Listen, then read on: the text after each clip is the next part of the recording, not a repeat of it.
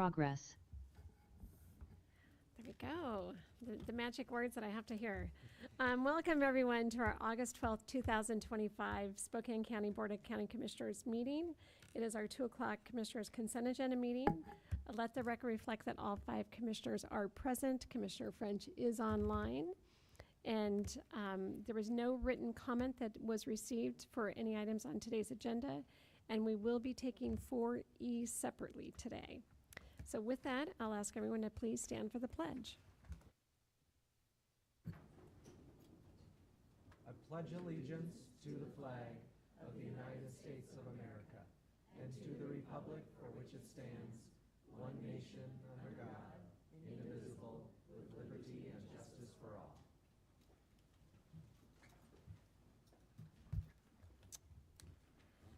So that will take us to our open public forum, and I do have 3 people that have signed up for open public forum. So we will start with Laura Renz. I see you're just taking a drink there. And you have to tell us who your friend is with you today. Hi, how are you? Laura Renz, Spokane County. This isn't an agenda item, but I do have a couple things about scraps. I had the unfortunate experience of being in an ambulance recently, and luckily I had somebody there with me that could take my service dog and my car. Normally with a service dog, we can put them in the ambulance, but I usually discourage it because there's not much room in there, and the whole focus is to be taken care of by the paramedics. So my friend came and got my dog, took the dog home. The next day I also noticed in the paper that there had been a gentleman hit by a car, and his service dog, or his dog, had been taken by scraps. And I thought, well, that's just fantastic. And so I was in there a day or so later, and I asked them, hey, what's the protocol for something like that? That's, really great that they do that.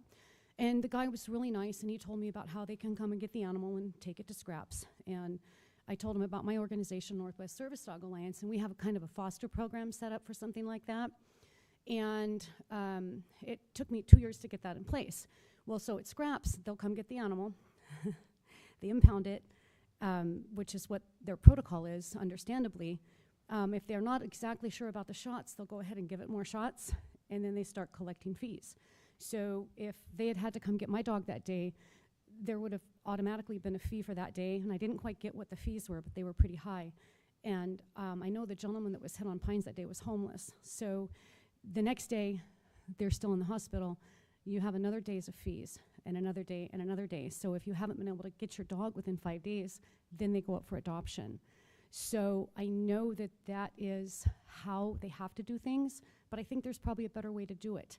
And if there's a way to fix that so that it's better for the people that have had an unexpected medical emergency, I'd like to help with that. Northwest Service Dog Alliance worked really hard to get a foster program in place for the service dogs. We can find a way to extend that for other dogs as well. We had a network in place that we did that. We can work with scraps, we can do whatever, but I know that the fees for most people would be completely unattainable. Plus, especially with a service dog in a strange location, somebody taking it, their behavior could be something that wouldn't normally be in line with what somebody would normally see, and it could be taken wrong. So if anybody in here tried to take him out, he might go willingly with you, whereas one of my other dogs would probably balk and not show the best behavior, understandably. So I think there's a lot of room in that program within itself that could be improved on, and I'd love to help if possible. Thank you. Great, thank you. So we'll make sure we talk to, as we get the new director, talk to the new director about that. Next I have Larry Ike, Larry Ike.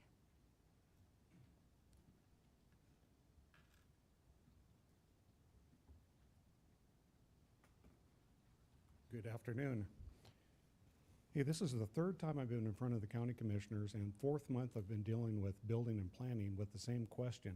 How does Spokane County override our neighborhood's covenants and legal plat, to allow a second dwelling to be built on one small lot? It's contrary to everything that our neighborhood is and what we bought and purchased into our neighborhood. It makes no sense.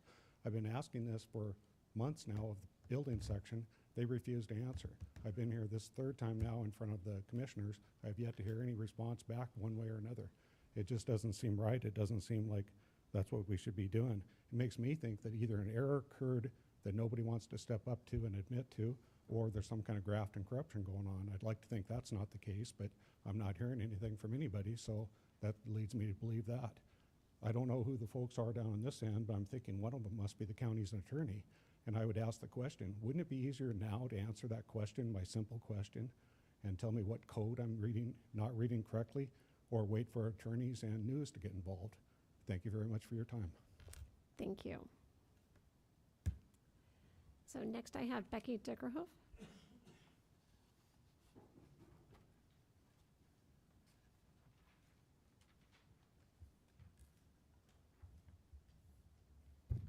Becky Dickerhoff, Spokane City.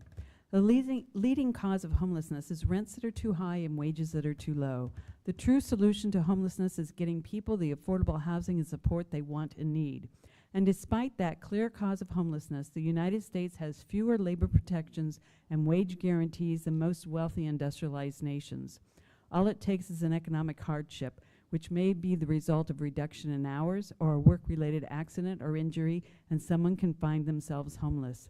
Even if a worker is fully employed, low wages can cause a significant rent burden and render them unable to absorb a rent increase, placing them at risk for eviction and then homeless.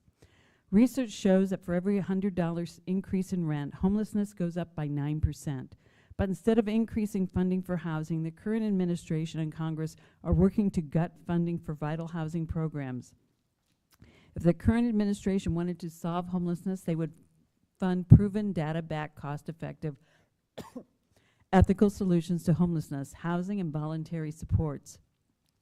They think homelessness is a personal choice. The current path our federal government is on makes housing more expensive, makes more people homeless, and then locks people up for living in a country with no affordable housing.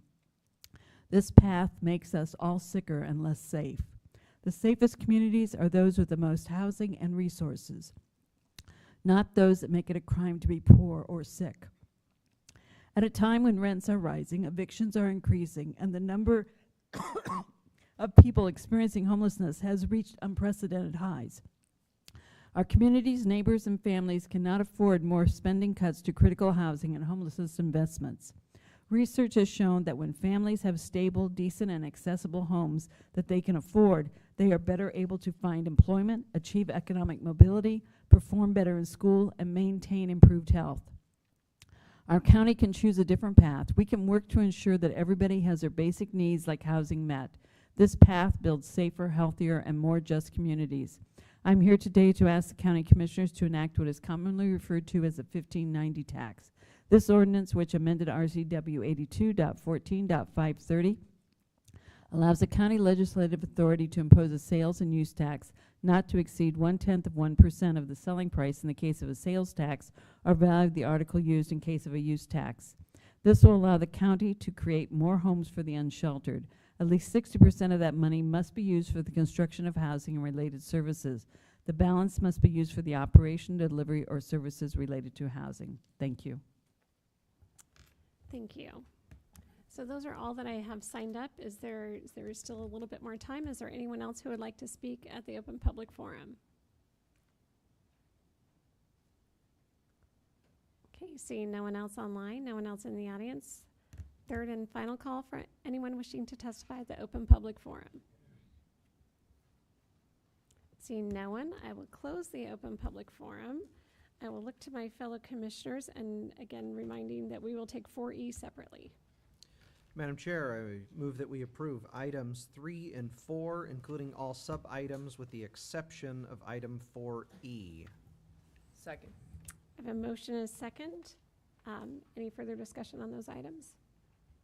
Seeing none, all those in favor, please signify by saying aye. Aye. Aye. Motion passes unanimously. That will take us to item 4E, and I would ask Diana Wilhite if you would like to come up and speak to that.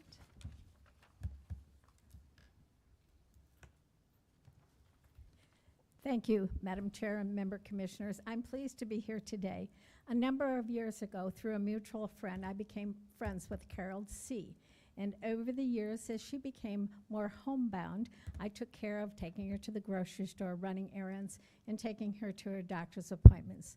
When it was discovered that she had congestive heart failure, Carol became concerned about her health and asked me if I would become her personal representative for both her financial and her health care needs. And because she had no immediate family, I concurred that I would be happy to do that. And so this past year, Carol passed away. And she was a great lover of cats and had a number of them over the years at her house. In fact, when we had her buried, I was instructed to bury the ashes of all the cats she had had in her grave with her, which we did for her. So I am here today to give a donation to the Spokane County from Carol's will. And so I'm very pleased to show you this lovely little needlepoint that she did, and along with a plaque that the county has agreed to do that will say, Carol C., beloved friend whose hearts and home overflowed with the love for every cat she touched, be hung in the Scraps headquarters.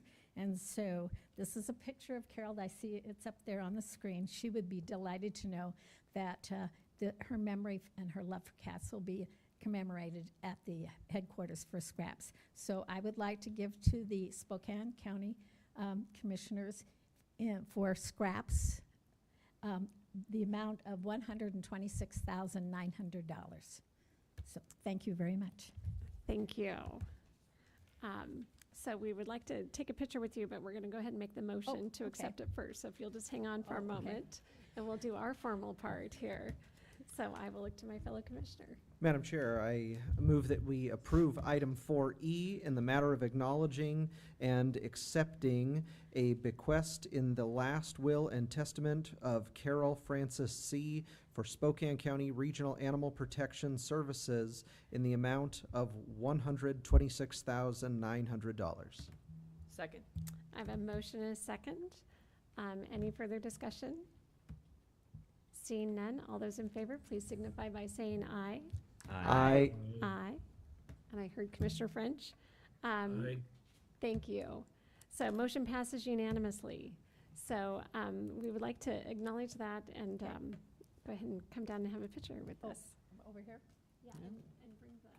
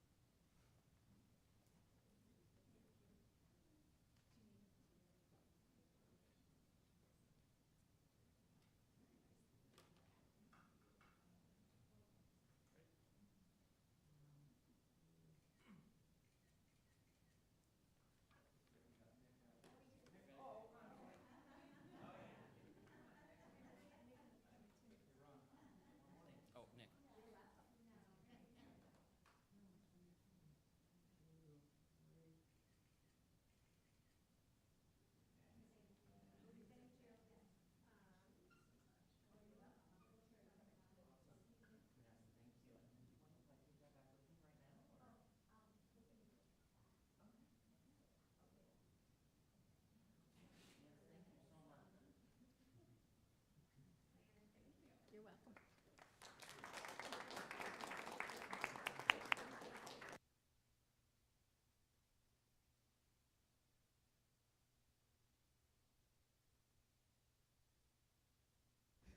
I'll make sure that Jeff McMorris, you'll come down to to grab the check on your way out.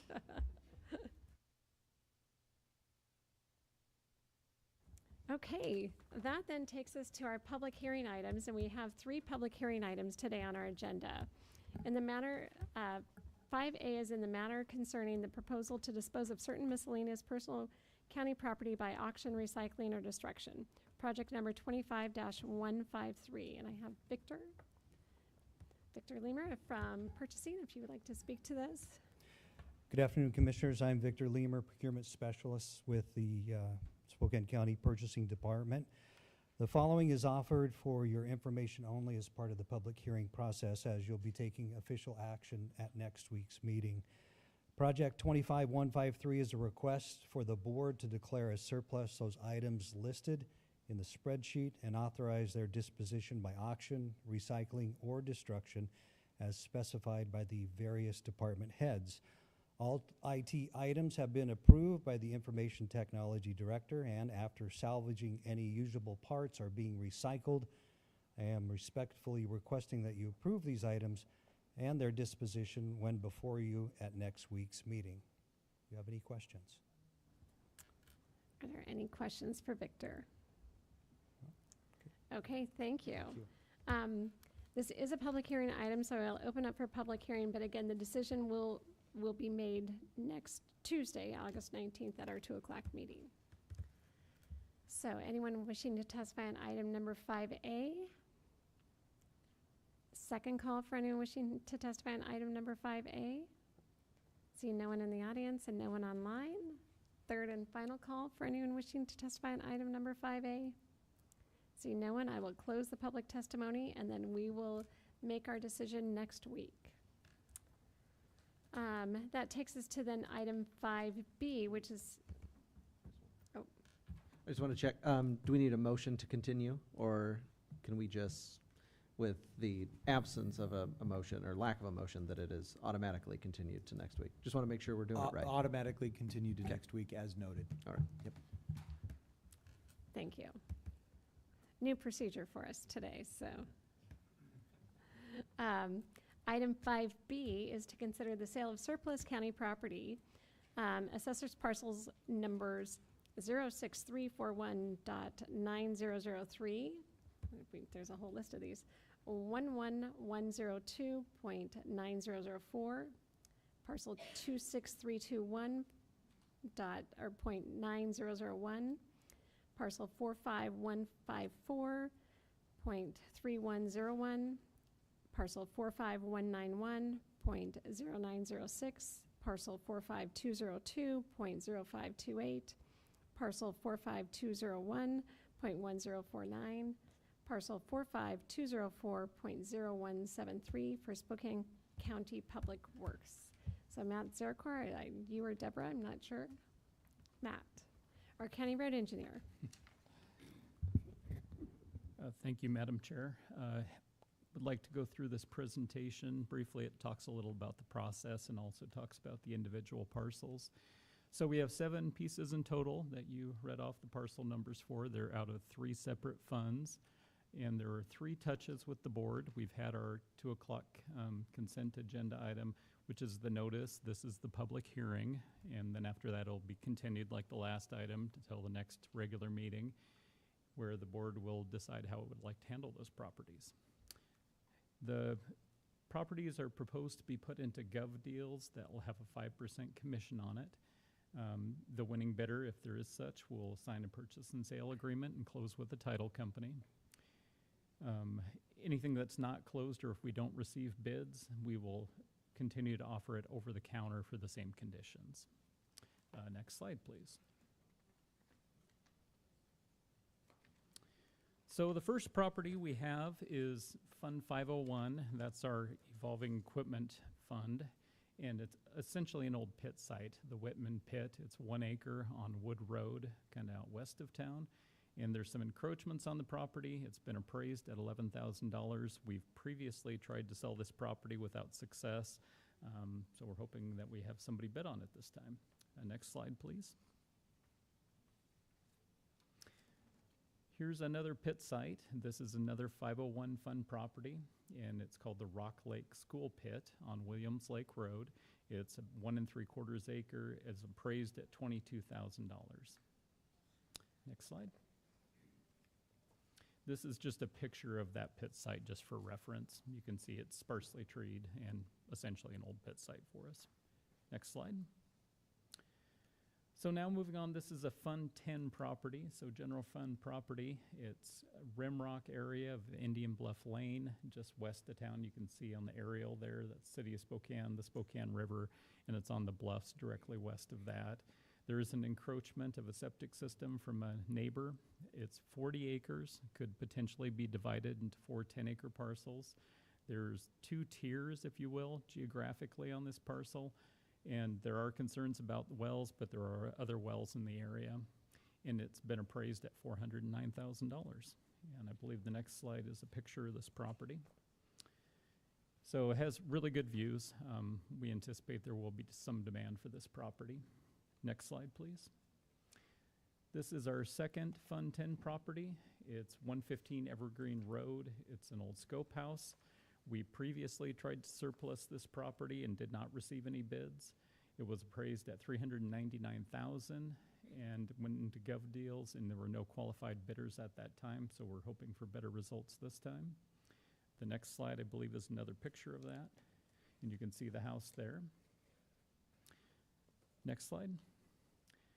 So this is road fund property, Fund 110 property, and it was from the couplet work a long time ago, and we're looking to surplus this. There are swales along the north side of the property that we will be granting an easement to the city of Spokane Valley for.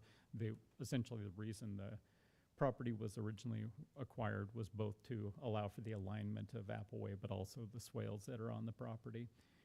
After that, we will be putting it up in Gov Deals. Previous attempts were not successful, so we're hoping this time to have better luck with that. Next slide, please. And that's just a picture of the property. You can see it's flat, ready to develop, has road frontages on two sides, so we're hoping for a good outcome on that one. Next slide. Here's another Fund 110 property. It's at the intersection of University and 8th, and this is again from when we were doing road work out in the valley, prior to incorporation. And it's a house lot. It's vacant currently. It's appraised for $102,000. And the next slide, I believe, shows a picture of that property. So this is a reasonable lot. It's ready to be built on, and we hope that $102,000 would be a good number for it. Next slide. This, similar to the last one, is from the University project. It's up at 9th, and you can see there it's a very long, narrow lot, and we're told it's a buildable lot. With the setbacks and such, it would be an interesting one to try and build on. It only appraised for $19,000, but we're hopeful that the neighbor or somebody would be willing to bid on this project too, or this parcel. And the next slide, I believe, is a picture of that property. And you can see it's directly adjacent to the existing home there, and they're currently using it to park on, so might be a good one for them to acquire. And I think that's it. I'm happy to answer any questions. Any questions for Matt? Seeing none. Okay, this is a public hearing item. Again, we will be making a decision next Tuesday, so we will not be making a decision today, but we will take public testimony today. So if there's anyone who would like to testify on item 5B as just presented, please come forward. Not seeing anyone online or anyone in the audience. Second call for anyone wishing to testify on item number 5B as just presented. Seeing no one. Third and final call for anyone wishing to testify on item number 5B. I will then see no one online or in these audience. I will close the public testimony, and again, we will make a decision next Tuesday at our 2 o'clock meeting. That will then take us to item 5C, which is in the matter of repealing Spokane County Code Chapter 46.48, Courthouse Complex Parking Area, adopting a new Spokane County Code Chapter 46.48A, Courthouse Complex Parking Area, and adopting a fee schedule in conjunction therewith. And Ashley Cloud. Wonderful. Thank you. So as a reminder, we actually presented on this several weeks ago. So this is just an update. And just to quickly discuss what we're talking about today. So we are here to discuss the current parking code and the future state. Next slide, please. As a reminder, our current county parking code discusses our county parking lots in our courthouse parking area, and then also our external owned county lots. Next slide, please. Why are we needing to update the code? As I stated a few weeks ago, code hasn't been updated for well over 20 years. Not only have legal terms changed, the landscape changed, but also our lots, what we're doing, and so we need to make changes to our code. We need to change our physical parking permits to the virtual revised in code, as you'll see, to enable us to use new and improved modern technology for license plate reading and no longer having to use paper codes. Additionally, being able to start taking payment options that are not coin-based, as that's the only option for public parking right now. Also, with the ability to add parking code meters rather than having it be the old meter heads like we all used to plug back in the day, moving to the online system. And then additionally, expanding our operational hours. Next slide, please. So our future county code is similar sections as before, but updated to reflect 2025 rather than 1995. So a lot of changes occurred. Next slide, please. We are, on the next slide, also going to be updating our current fee schedule. Again, as a reminder, this is not for employee leased parking. So employee leased parking is not being impacted. We are updating our current fee schedule, or recommending the update of the current fee schedule for public parking and citation increases. The last time we've seen an increase at Spokane County is 2013. Additionally, we are updating the map of the public parking areas around the campus to include all of our locations, adding the proposed fee schedule, and then again, I'm just going to say it one more time, no changes for employee leased parking. Next slide, please. As we discussed several weeks ago, our recommended changes for the minimum parking rates are to directly align with the city. We have meters that are, and I shouldn't say meters, we have spaces around us that have updated over the years. And so we are not trying to surpass or set precedent on large rates or fees. It's just to align with the city around us, but also with what we have assessed with other privately owned lots around us as well when it comes to parking. This parking change still does not bring the county into the black, to be perfectly clear. So we are not in this to be making money. Our goal is eventually to get to a point where the general fund is not having to subsidize our county parking lots. But even with these changes, we are still operating at a space where the general fund will be helping subsidize that in the event there's lot repairs or things like that. So I wanted to make sure that you all and that the public is aware that this is not us trying to make a lot of money on our lots. This is just us trying to get to a competitive place where if we do have an event, we are not having to use so much of the general fund. Next slide, please. This is just a list of all of the rates. As we discussed before, most of our parking fees were in the $15 to $30 range. We're moving or recommending a movement to $30 to $65. With the exceptions continuing to be disabled parking and leaving those where they're at today with a $450 infraction in the event that there's disabled fees. Next slide, please. Additionally, we brought to you Park Mobile, which is an online platform. So similar to what you see at pretty much everywhere else in Spokane and Coeur d'Alene, if you go park in a lot, you will see placards, you will see QR codes. Park Mobile is a software entity that is cloud-based, that is used across many municipalities and schools and public parking across the U.S. They have over 65 million users just in North America. Again, it's what the city uses, so for ease of access, the app that many of us already have on our phone as Spokane residents, it's the same app that we already have. In the event that a citizen does not want to use an app or put their information in, the other great thing about Park Mobile is they take payment in multiple ways, such as phone call, text message, so there are various options for our citizens. Additionally, we have kiosks that have been installed. There are several kiosks that allow people to still pay with cash or coin in the event that they so choose. Next slide, please. Which is exactly what this shows you. So we still have many options for people if they don't trust the app, so to speak, or don't maybe have their phone on them, available for people to park. Next slide, please. As a reminder, there's no upfront cost for us to implement this. There is a Omnia contract that we're able to partner with, which is fabulous. We actually see a 35-cent per transaction fee rather than 45, which is what's typically in the Omnia contract, but they are honoring the lower rate for us. And those fees will be added as a part of the parking fees. Again, very similar to what you see at other government entities in Washington and Idaho. Next slide, please. And so that's it. So what you will see is a resolution and moving forward to have the county code updated, and then additionally resolutions on the parking fee changes, and then the adoption of the county lots and maps. Thank you. I'm just going to ask a legal question. If the resolutions are going to be coming forward in the future, are we making a decision today? You can make a decision today on this one. Okay, thank you. Okay. Is there any questions for Ashley?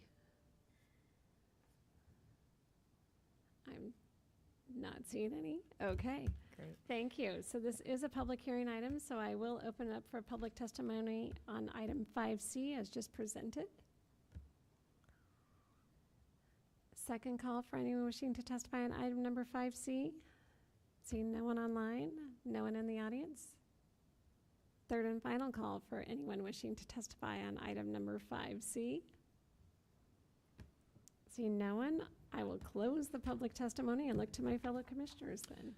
Madam Chair, I move to approve public hearing item number 5C in the matter of repealing Spokane County Code Chapter 46.48 Courthouse Complex Parking Area, adopting a new Spokane County Code Chapter 46.48A Courthouse Complex Parking Area, and adopting a fee schedule in conjunction therewith. Second. Okay, I have a motion and a second. Is there any further discussion? Seeing none, all those in favor, please signify by saying aye. Aye. Aye. Aye. Aye. Motion passes unanimously. Thank you. That concludes the items that are on our agenda today. So I'll look to Mr. Simmons and Mr. Folsom to see if there's any additional items. Commissioner, we do have one closed session item with the commissioners for labor negotiations. Okay. No additional executive session items this afternoon. Very good. Thank you. And then I will ask Mr. French, can we use your stamp? Yes, you can, and I'm going to have to take a pass on the closed session, but wish you all a good day.